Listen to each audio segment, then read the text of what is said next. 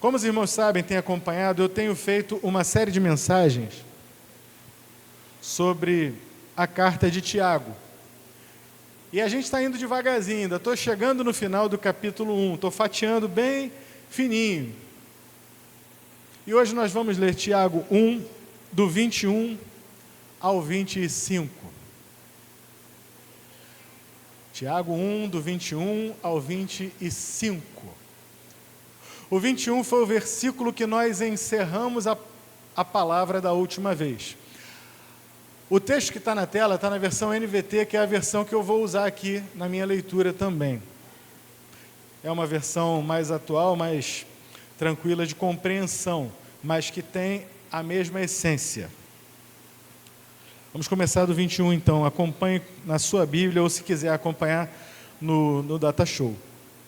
Portanto, removam toda impureza e maldade e aceitem humildemente a palavra que lhes foi implantada no coração, pois ela tem poder para salvá-los.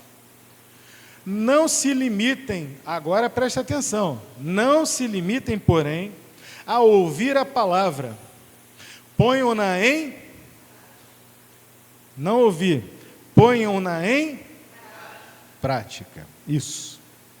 Do contrário, só enganarão a si mesmo. Prestou atenção? Ouvir a palavra é muito bom, mas pôr em prática é o desejável.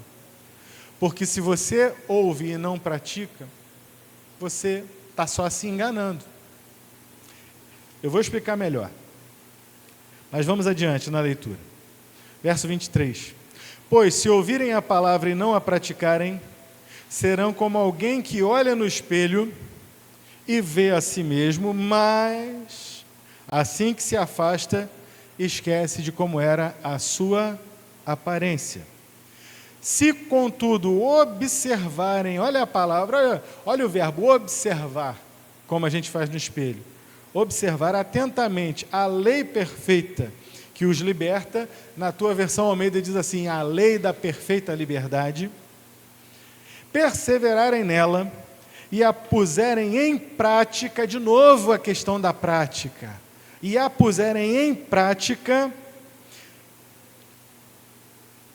me perdi, sem esquecer o que ouviram, serão felizes no que fizerem. Vamos orar. Senhor, fala conosco, nos abençoa na palavra desta manhã, usa todos os recursos que temos aqui, para a tua honra, para a tua glória, em nome do Senhor Jesus, por quem oramos.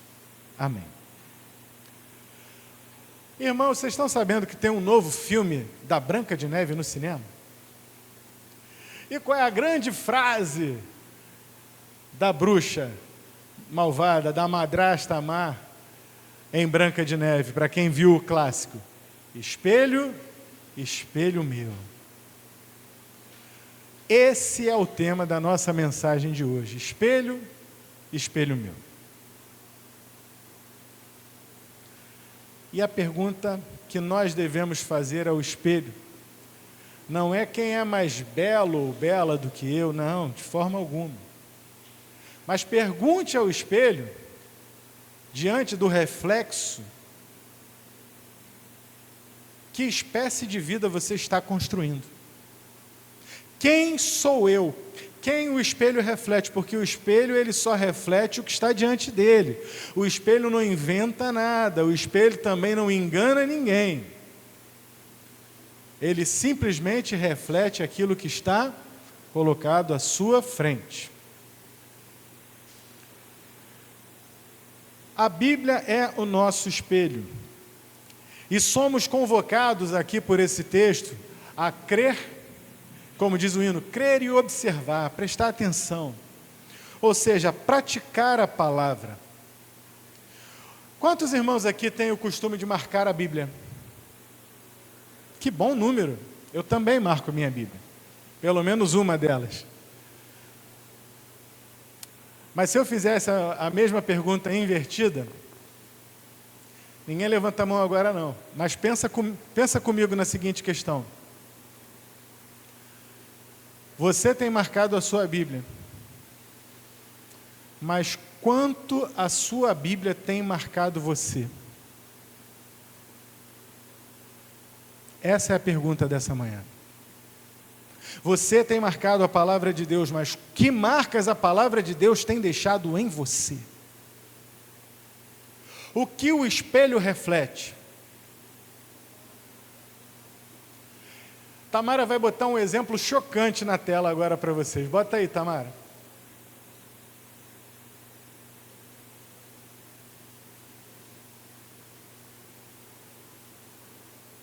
Acho que tem que arrastar para isso. Olha eu aí, ó.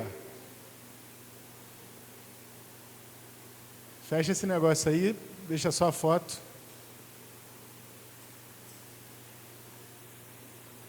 Isso, obrigado. Esse aí sou eu.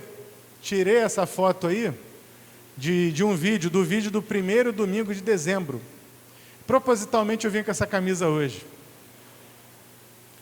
Nessa foto, eu estava com 117 quilos. E hoje, vocês estão percebendo a diferença? Não estou encolhendo a barriga, não. Estão percebendo a diferença? O que aconteceu entre... Pode, tira esse troço da tela, por favor. Letícia é uma santa. Então vejam, o que aconteceu entre o primeiro domingo de dezembro e o último domingo de março? Aconteceu uma olhada, um olhar no espelho. Eu estava assim, cheguei aos 117 quilos. Mas aí você me pergunta, pastor, o irmão sabia alguma coisa sobre o que era necessário para não chegar aos 117 quilos, ou pelo menos diminuir? Sabia. O irmão sabia que existe uma coisa chamada dieta? Sabia. Sabia que existe uma coisa chamada exercício?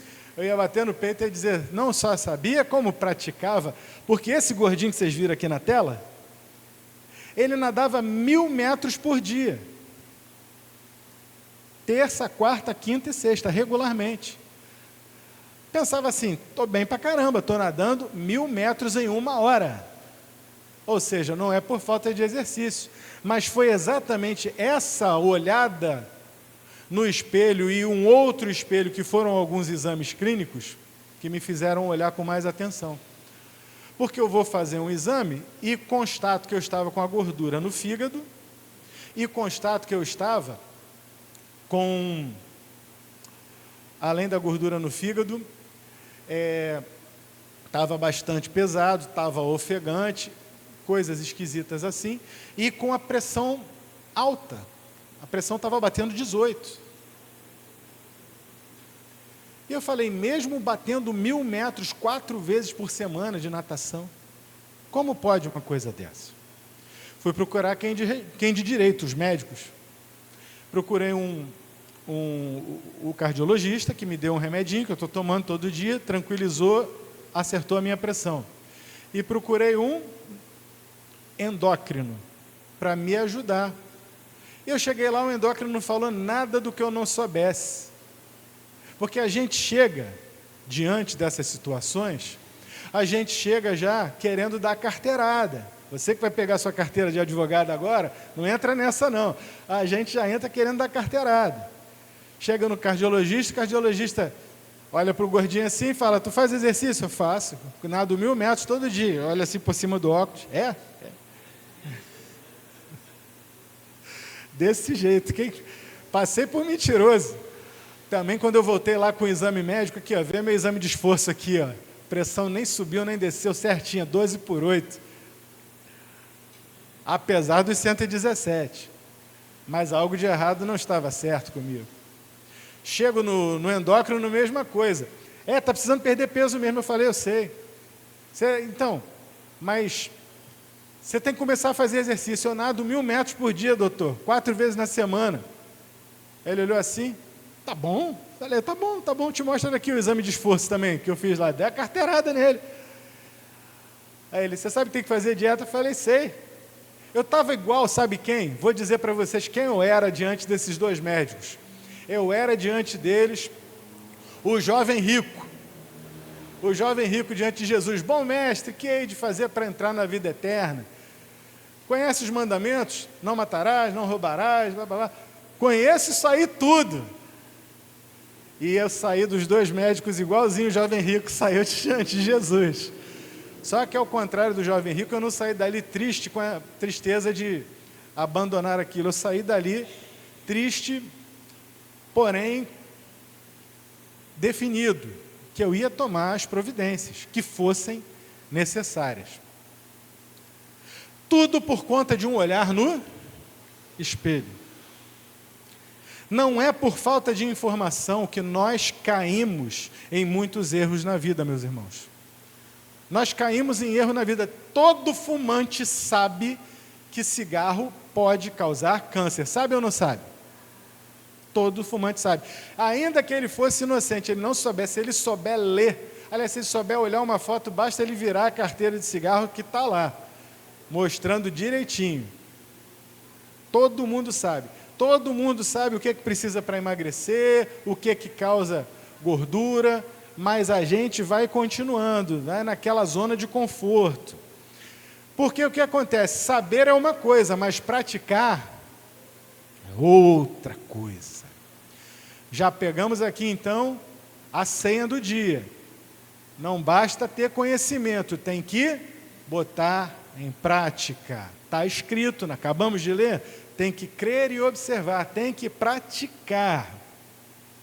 Eu já sabia tudo o que eu precisava, e na minha cabeça eu realmente sabia, mas onde é que eu estava falhando? Na prática.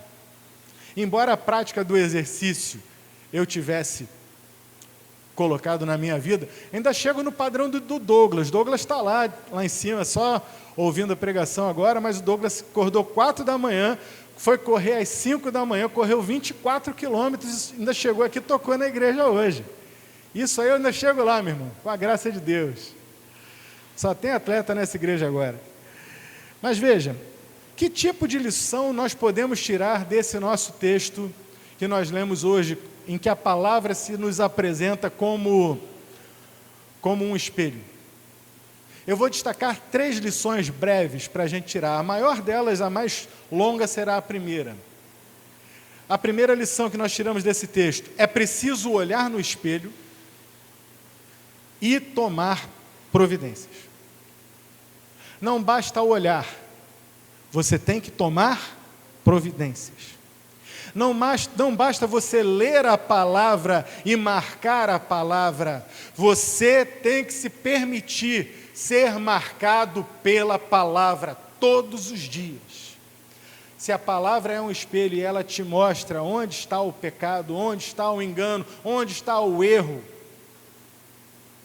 A palavra diz, a própria Bíblia diz, que a palavra de Deus ela é como espada afiada de 2 gumes, apta para discernir entre juntas e medulas e fazer separação entre a alma e espírito. Ou seja, não há milímetro já é, né?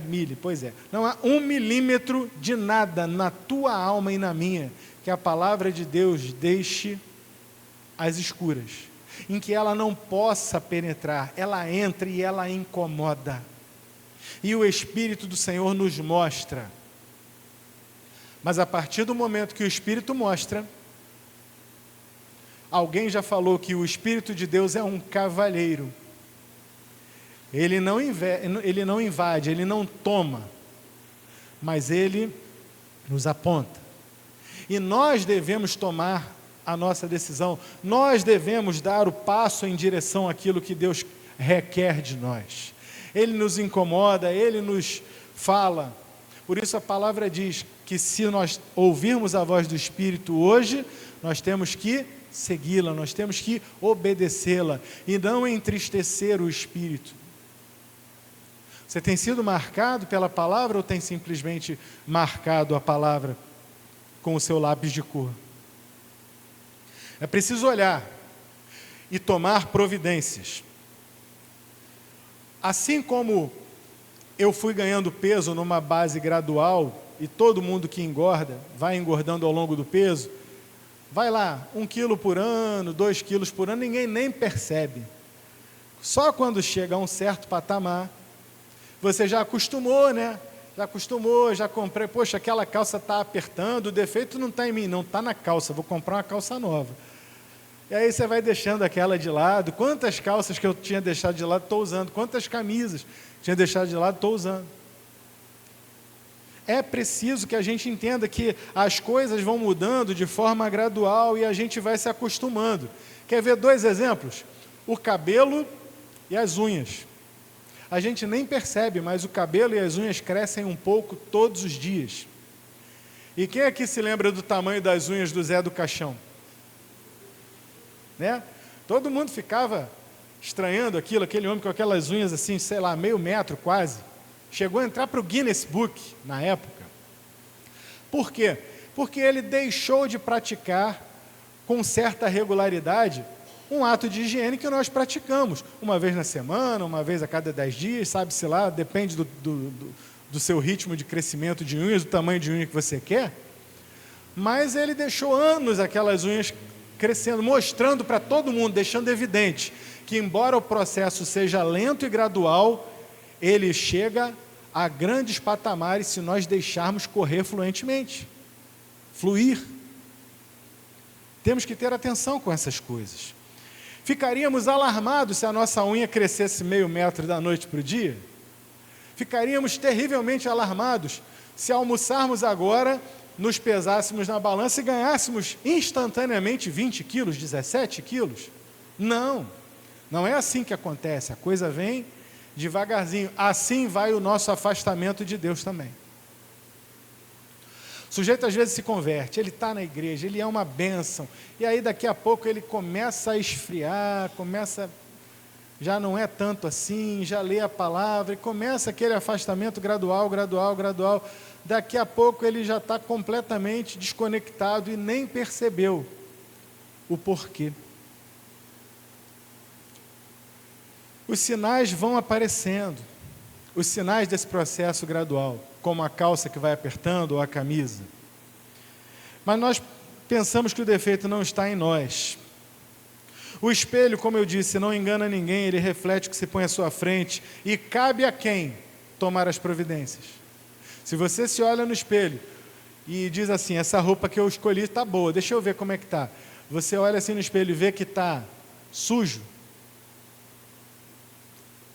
Você tem 2 opções, vou sair com a camisa suja mesmo ou vou trocar de camisa. É você que vai decidir. O espelho não decide por você, você decide. Mas ele te mostra de maneira muito clara o que precisa ser mudado. Você se examina e aceita o que vê ou toma providências para mudar. Faça esse exercício mental agora.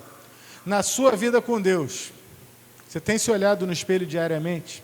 E se tem se olhado no espelho diariamente, você tem aceitado, isso aqui é normal, todo mundo faz, é pecado, mas todo mundo faz. Você vai deixando, vai empurrando com a barriga, ou está comprometida com a mudança? Não, eu não quero mais viver isso, eu não quero mais isso na minha vida. Meus irmãos, o paralelo que eu estou trazendo aqui entre emagrecimento e a vida cristã, ele é plenamente válido. Porque quando a gente diz, a frase que eu gosto de usar, que eu aprendi, eu digo assim, olha, hoje eu vou para a natação, ou se não tiver natação, eu vou caminhar na força do ódio. Vontade está abaixo de 0, mas eu vou na força do ódio, eu vou emagrecer na força do ódio. O crente, ele também tem que odiar, você sabia disso? Tem que odiar o pecado. A Bíblia diz isso, que a gente tem que odiar, porque Deus odeia o pecado. Nós temos que amar o que Deus ama e odiar o que Deus odeia. Os irmãos creem nisso? Então, quando a palavra nos diz que nós temos que nos afastar do pecado, você viu o pecado na tua frente no espelho? Odeie-o, afaste-se dele, tira ele de você, nem que seja na força do ódio. Se esforce, tome providências, não deixe aquilo chegar a você. Ao olhar no espelho cada dia, você tem que fazer o seguinte exercício. Esse espelho está mostrando um filho do primeiro Adão ou do segundo Adão? Do primeiro Adão que veio da terra ou do segundo Adão que desceu do céu? Jesus, o Filho de Deus.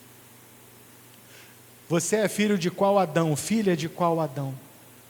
Do Adão pecador, entregue ao pecado, ou daquele que a carta aos Romanos vai chamar de o segundo Adão? Jesus Cristo. Cristo em nós, lembrem-se disso. A Bíblia diz que Ele é a esperança da glória.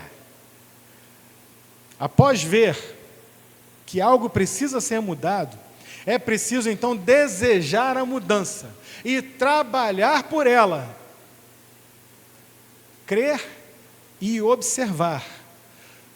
É ver e tomar providências, que é o nosso primeiro ponto. É preciso desejar e trabalhar por ela. Trabalhar como, pastor?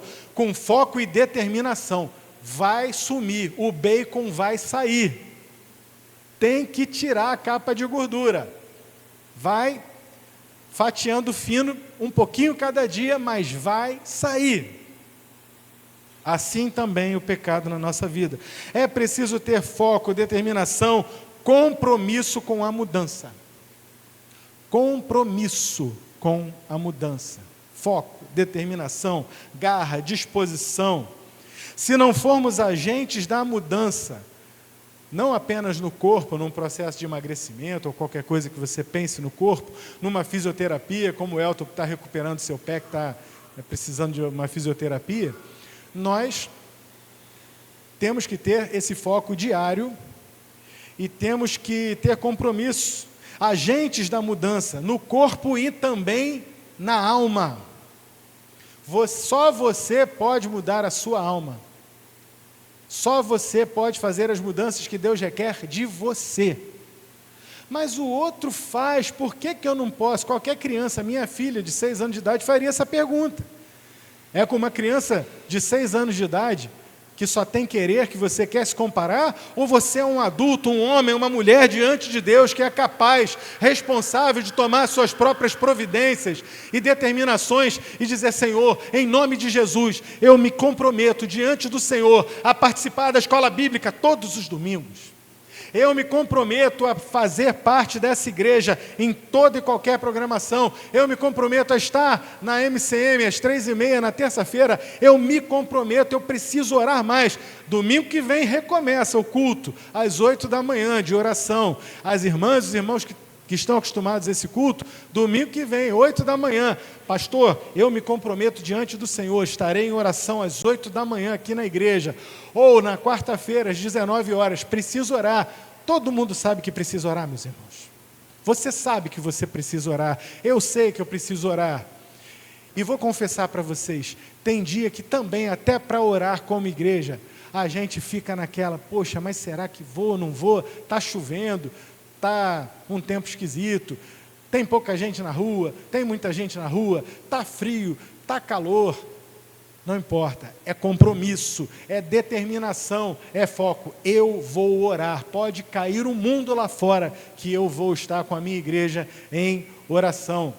Estamos aqui no projeto agora, na campanha, em plena campanha de missões. Essa cestinha que está aqui está perguntando para você: você tem um alvo? Você tem um alvo para contribuir com as campanhas de missões? Então a irmã Irene já, sabiamente, até desenvolveu esse coraçãozinho ali, em que você, sem expressar o seu nome, você vai colocar em compromisso entre você e Deus, mas um compromisso firmado, está lá por escrito: meu alvo é tanto, e você deposita ali, porque esse alvo está no seu coração, ele é um alvo de compromisso. Não compromisso com a irmã Irene, não compromisso com o pastor, não compromisso com a igreja, nem compromisso com a junta de missões. É um compromisso entre você e Deus. Se você descumprir esse compromisso, só 2 pessoas vão saber: você e Deus. E aí eu te pergunto, isso não te preocupa? Não te preocupa o fato de Deus saber que você tem um compromisso, ou disse que afirmou um compromisso com Ele, e não está cumprindo?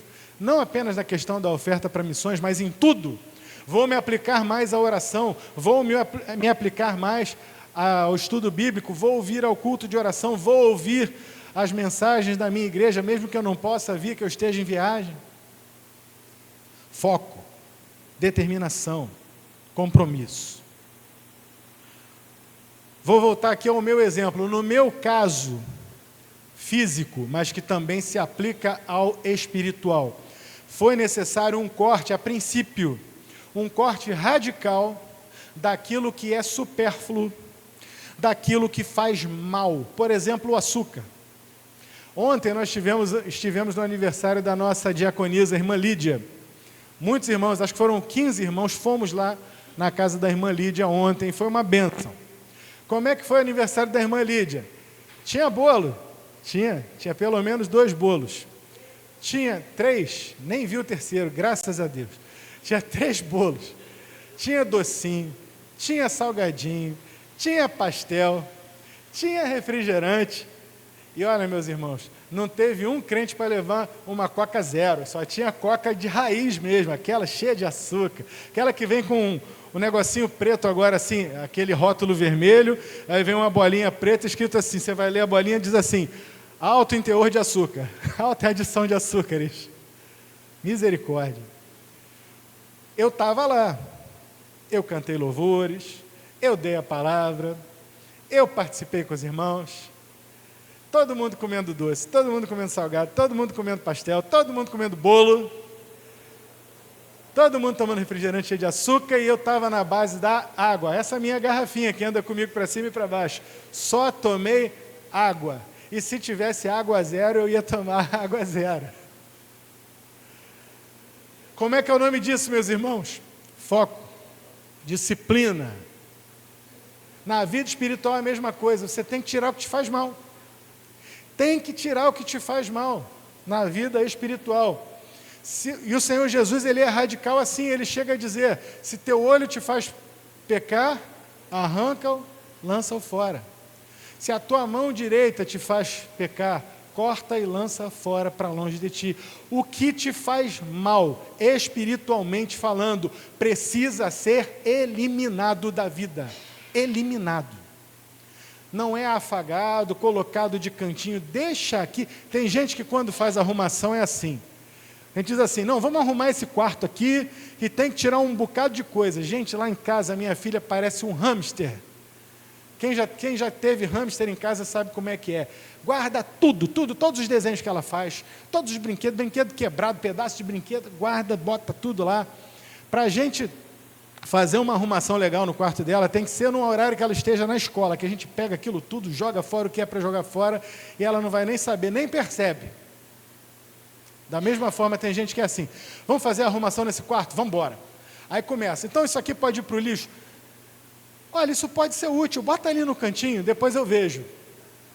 Quando você vê, você não limpou o quarto, você trocou tudo dali no cantinho. Quantos estão entendendo? Na vida espiritual a gente faz isso também. Tem que tomar cuidado com esses cantinhos. Joga fora, tira a tralha, tira o que faz mal e se compromete, faz um compromisso permanente com aquilo que alimenta. O meu compromisso permanente diante da igreja, diante do Senhor, diante da igreja do Senhor, meu compromisso permanente com aquilo que alimenta, me fez trocar aquilo que eu amo e me faz mal, açúcar, por aquilo que eu odeio e me faz bem, que é a salada. Sim, pastor, você odeia a salada? Com todas as minhas forças. E um pouco mais. E eu brincava. Se você pegar, não estou brincando não, estou falando sério, se você pegar lá na queda do homem, o texto da queda do homem, você vai encontrar o Senhor falando com Adão, no momento da queda do homem. Ele vai dizer, Adão, por tua causa a terra agora é maldita. Você agora vai ter que lavrar a terra, e para você comer da terra, você vai ter que ralar, vai ter que comer do suor do teu rosto. E lá no meio de tudo que vai acontecer, lembrem-se, o que o homem comia no jardim? Frutas, correto? Lá no meio daquilo tudo que vai acontecer como resultado da queda, você pode pesquisar depois na sua Bíblia, está dizendo lá assim, e comerás da verdura da terra. salada é castigo para o homem, está lá em Gênesis. Pelo menos para mim é castigo. Os homens que concordam aí, digam amém. Ainda bem que não teve, vocês são sábios, vocês são espertos. Tá certo, a patroa está do lado, né? Mas eu sei, eu estou com vocês nisso aí. Mas é aquilo, é o compromisso. Eu estou compromissado. Eu olho para a alface olha para mim, eu olho para ela de má vontade, mas é nela que eu vou. Ainda não me livrei completamente, é um processo, tá? É um processo. Qual é o processo? Ah, pastor, então você só está hoje macrobiótico. Não estou. Eu ainda não me livrei, por exemplo, dos embutidos, da salsicha, como é que é o nome daquele negócio? Salsicha, linguiça, a mortadela, então, misericórdia. Então, mas vai ter que sair aos poucos. Mas vamos lá, um passo de cada vez. Mas a direção já está ajustada. Os irmãos estão alcançando? O espelho é isso aí. Se eu quiser fisicamente viver com qualidade de vida, preciso trocar o açúcar pela salada. Percebe o paralelo bíblico com a vida espiritual? Nós devemos deixar, biblicamente falando, a vida da carne e viver pelo Espírito. Também ao olhar no espelho, eu estou fechando aqui o primeiro ponto, ao olhar no espelho, percebi que sozinho eu não mudaria. Pensa comigo, quem em sã consciência, na sua tranquilidade diária, de perceber o seu conforto, de olhar na geladeira e ter uma lata de leite condensado, ou um doce de leite, cozido na panela de pressão por 50 minutos. Vocês estão entendendo? Eu estou vendo, vocês estão entendendo. Olha para aquela lata de leite, olha para a alface americana ali do lado te olhando, você diz assim, é na alface que eu vou. É ruim, hein? Muito ruim. Então eu percebi que sozinho eu não mudaria, precisaria de ajuda, porque eu já estava adaptado. O doce de leite está aqui me olhando, a maionese está aqui me olhando, é nela que eu vou? Não, foco, mas precisa de ajuda. Busquei um médico, ou melhor, busquei 2 médicos. Na vida espiritual, nós também olhamos para o espelho, já vimos no texto que o espelho é a Bíblia, a própria palavra de Deus. Mas quem é o médico? É Jesus. Ele é o Senhor. O espelho nos mostra o problema, mas também a Bíblia, ela é um espelho, ela também nos mostra a solução, ela vai além do espelho. Ela nos mostra o problema que está em nós e nos mostra a solução. Ela nos leva a quem pode nos dar solução para o nosso problema.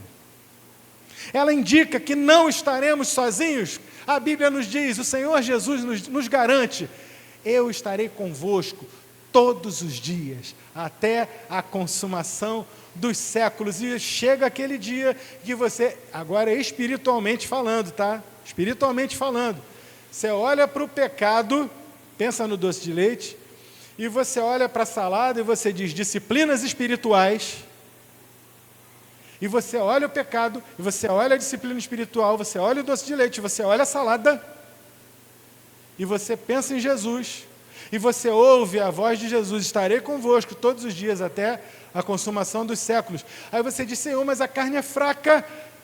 Mas aí o Senhor olha para você e diz, o Espírito de Deus habita em você.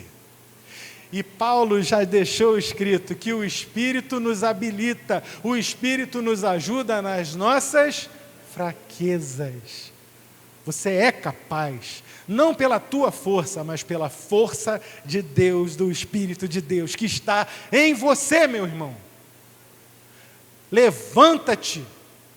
É preciso reforçar os joelhos que estão cansados, voltar a caminhar, parar desse marasmo espiritual. Olhou no espelho, não está satisfeito, levanta e anda. Caminha novamente com Jesus, vamos mais uma milha. Como é que diz o hino? Vamos nós trabalhar? É isso aí, não podemos parar. Somos servos do Senhor. Sozinho você não vai conseguir, mas a boa notícia é que você não está sozinho. Não busque autoajuda, busque a ajuda do alto. A autoajuda não vai te levar a lugar nenhum, a autoajuda vai te levar ao doce de leite. Busque a ajuda do alto, para te fazer trocar a escolha ruim por uma escolha boa em coisas espirituais. O pastor Hernandes Dias Lopes faz uma seguinte colocação: muitas pessoas não estudam a si mesmas quando estudam a Bíblia. Muitas pessoas leem a Bíblia todo dia, mas não são lidas por ela. Olha que coisa. Não a observam. Muitos leem como um desencargo de consciência, mas não se afligem por não colocar a sua mensagem em prática. Há sempre o perigo de você se ver no espelho e não fazer nada a respeito. Levanta, meu irmão. Levanta. Olhou no espelho, levanta e vai tomar uma providência. E o espelho aqui é a palavra de Deus. Não haverá proveito em olhar no espelho, que é a Bíblia, e deixar tudo como está. Não teremos proveito algum nisso, ao olhar para a pessoa de Jesus e não o desejarmos ardentemente. Não termos convicção de pecado, não sentirmos sede de Deus, de que adianta? Olharmos para a Bíblia e não termos sede de Deus, olharmos para Jesus e não desejarmos ser como Ele, não desejarmos o Jesus que diz: aquele que quiser vir após mim, negue-se a si mesmo, tome sobre si a sua cruz e siga-me. Tá bom, gostei de Jesus. O jovem rico também gostou, chamou até de bom mestre. Bom mestre, que hei de fazer para entrar na vida eterna? Mas ele não tomou a sua cruz, não se negou a si mesmo, não negou nem o próprio dinheiro que ele tinha. E saiu dali, a palavra diz, muito triste. Muito triste. Não haverá proveito se olharmos para o espelho e não tomarmos providência. É preciso, como diz o hino, crer e observar, praticar, não só falar, é fazer. Sexta-feira, algum dos irmãos assistiu, pelo menos em vídeo, o Congresso Multiplique, aqui da Igreja do Barreto? Eu vi também em vídeo.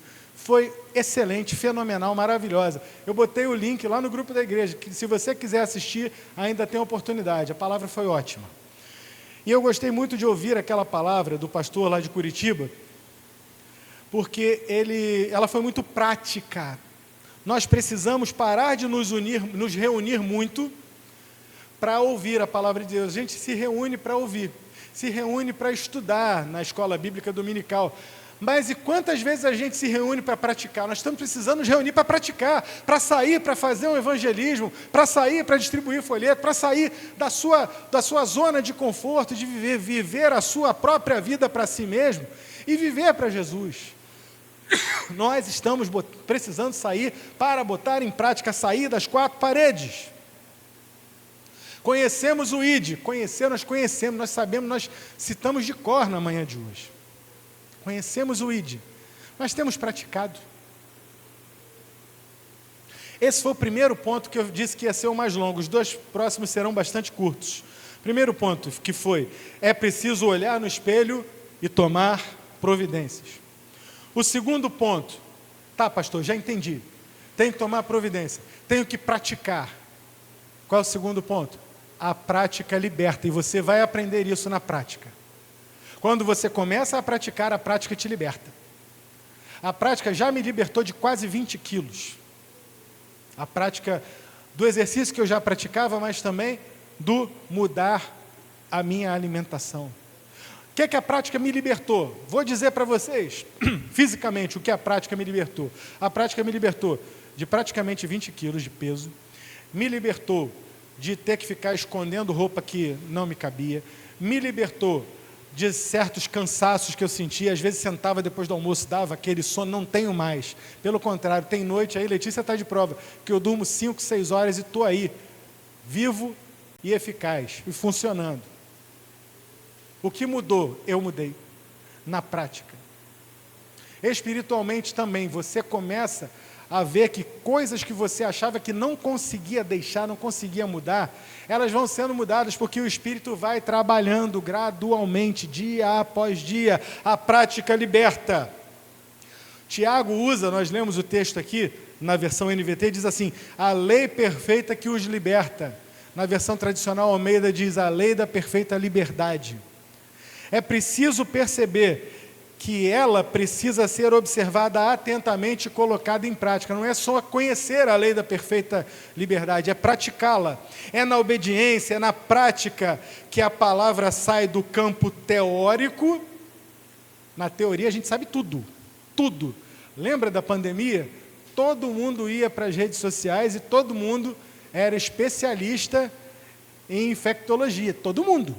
Quem era da área técnica, quem era da área médica, quem era engenheiro, até astronauta passou a ser especialista. Todo mundo queria dar a sua opinião. Opinião é uma coisa, mas a prática é outra coisa. Veja, na prática a palavra sai do campo teórico e exerce seu poder sobre nós. Enquanto eu tive o meu conhecimento apenas teórico, eu não emagreci. Quando comecei a praticar, os resultados vieram. O mesmo vai acontecer na minha e na tua vida espiritual. Aquele que comete pecado, diz João 8,34, aquele que comete pecado é o quê? Boa, ainda temos irmãos que sabem esse versículo. Aquele que comete pecado é escravo do pecado. Escravo. É preciso praticar para sair da escravidão. Disse Jesus, se vós permanecerdes na minha palavra, verdadeiramente sereis meus discípulos e conhecereis a verdade, e a verdade vos libertará. A verdade liberta, a verdade posta em prática liberta.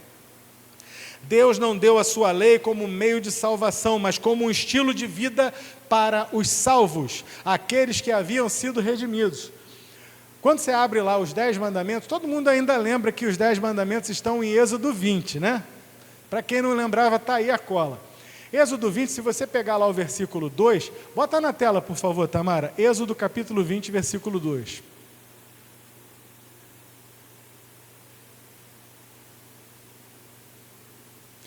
Eu sou o Senhor, seu Deus, que o libertou da terra do Egito, onde você era escravo. Não... esse aí já é o primeiro mandamento, volta, versículo 2. Eu sou o Senhor, seu Deus, que o libertou da terra do Egito, onde você era escravo. O que ele está estabelecendo aí? Você era escravo, eu te libertei. Qual é a consequência disso?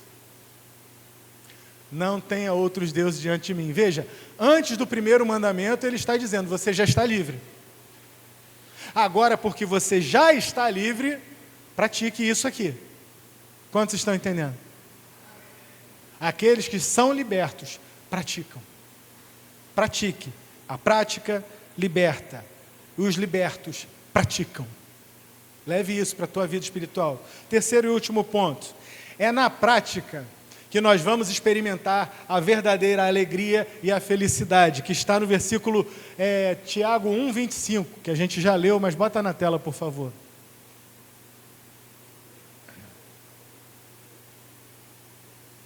Tiago 1,25.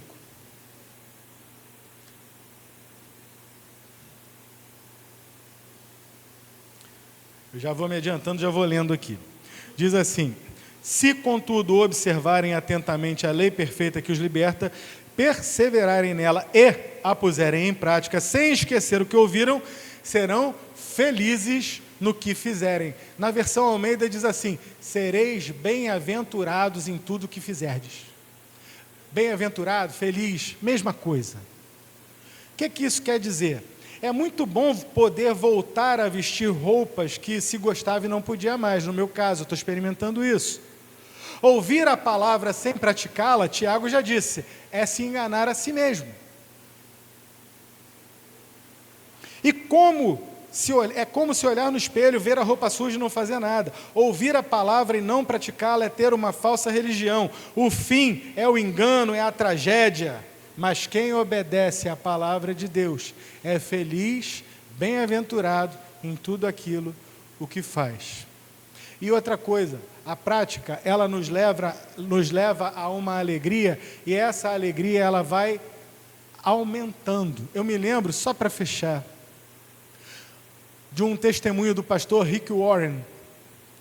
O pastor Rick Warren, ele contava, lá ainda nos anos 90, o testemunho do pai dele. O pai dele foi um missionário, um plantador de igrejas, irmã Irene. E ele era construtor também de casas. E ele era um missionário por excelência. Ele falava de Jesus e ele ganhava pessoas para Jesus. Rick Warren conta que, à beira do leito do seu pai, já nas suas últimas horas, ele disse que sentou ao lado do pai dele, e o pai dele, percebendo que estava chegando a sua hora, Rick Warren diz assim: meu pai estava ali comigo e ele sabia que estava chegando a hora dele, e ele não estava ali falando sobre as casas que ele construiu, ele não estava ali contando sobre os lugares onde ele morou, o trabalho que ele desenvolveu, o time de futebol dele ou qualquer coisa que fosse. Meu pai estava falando das vidas que precisam ser ganhas para Jesus. E ele pegou o meu braço e falou: Rick, ganha mais um para Jesus. Eu já não posso mais, mas você pode. Leve mais alguém a Jesus. Aquele homem foi liberto na prática. E ele foi praticando porque era liberto. E nessa prática ele encontrou a alegria. E foi da alegria da vida dele que ele falou nos últimos momentos. A alegria de ganhar alguém para Jesus. E ele passou adiante a tocha. Será que nas minhas e nas suas últimas horas nós podemos dar esse mesmo testemunho? Que Deus nos abençoe. Deus nos ajude a colocar em prática. Porque conhecer, nós já conhecemos muito. Nós sabemos versículos de cor. Nós somos frequentadores de escola bíblica. Nós ouvimos mensagens em cima de mensagens. Que seja um tempo de nós mais praticarmos e deixarmos os resultados daquilo que Deus faz em nós e por nosso intermédio nas mãos do Senhor. Nosso Pai, a palavra está entregue, os corações estão abertos para o Teu Espírito fazer a obra. Levanta, Senhor, uma igreja que pratica nessa manhã, para que encontremos a verdadeira felicidade. Em nome do Senhor Jesus, por quem oramos. Amém.